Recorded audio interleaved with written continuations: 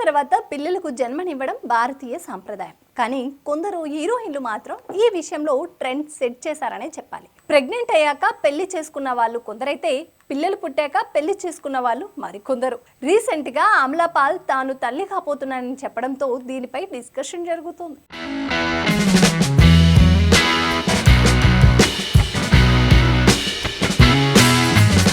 గత ఏడాది ఓ సందర్భంలో తాప్సీని మీరు పెళ్లి ఎప్పుడు చేసుకుంటారని ఓ నైటిజన్ క్వశ్చన్ చేశారు. దానికి ఆమె రిప్లై ఏమిచ్చిందో తెలుసా? నేను ఇంకా గర్భవతి కాలేదు అని.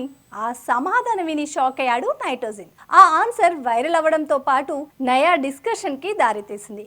ఆలియా భట్ మీద ఆమె సెటైర్ వేసిందన్నారు. ఎందుకంటే అంతకు ముందే తాను గర్భవతినని చెప్పింది ఆలియా. ఆ వెంటనే తాప్సీ సెటైర్ వేసింది. ఇప్పుడు అమలా పాల్ కూడా ఆలియాను ఫాలో అవుతుందంటున్నారు నైటిజన్లు. నవంబర్ 6న అమలా పాల్ జగదీష్ పెళ్లి చేసుకున్నారు. జనవరి 3న తాను గర్భవతి అని ఆమె అనౌన్స్ చేసింది. పెళ్లైన 2 నెలలకి గర్భవతి కావడం ఏంటి అని డౌట్ మొదలైంది. అంటే ఆలియాలా అమలా పాల్ కూడా పెళ్లికి ముందే నెల తప్పిందంటున్నారు. ఆలియా అమలా పాల్ మాత్రమే కాదు, ఈ జాబితాలో చాలా పెద్దదే ఉంది. సౌత్ లో స్టార్ హీరోయిన్లు వెలిగిన ఇలియానా తాను ప్రెగ్నెంట్ అని అనౌన్స్ చేసిన సమయానికి ఆమెకు పెళ్లి కాలేదు. ఆగస్టులో బిడ్డకు జన్మనిస్తే మేలో పెళ్లి చేసుకుంది. పూర్ణ కూడా ఈ జాబితాలోనే ఉందన్న ప్రచారం జరిగింది. ఆమె ప్రెగ్నెంట్ అని తెలిసినాకే పెళ్లి చేసుకుందంటున్నారు. రేన్ దేశాయ్ కూడా నందన్ జన్మించిన 5 ఏళ్లకు పవన్ కళ్యాణ్ ను పెళ్లి చేసుకుంది. ఈ లిస్ట్ లో శృతి హాసన్ పేరెంట్స్ కమలా, సారిక కూడా ఉన్నారు. అతిలోక సుందరి శ్రీదేవి కూడా పెళ్లి సమయానికి 7 నెలల గర్భవతి.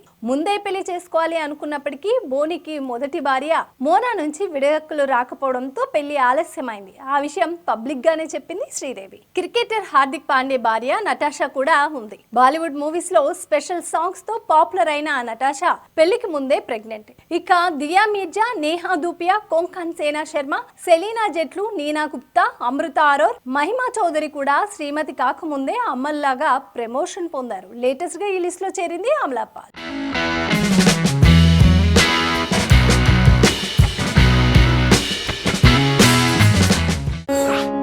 ఓటు వేయడం మన హక్కు, మన బాధ్యత.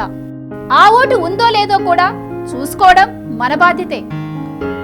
మన ఓటు గల్లంత అయింది అంటే మన ఆస్తిని ఎవరో కొట్టేసినట్లే. వెంటనే మీ ఓటు ఉందో లేదో ఎక్కడుందో చెక్ చేసుకోండి.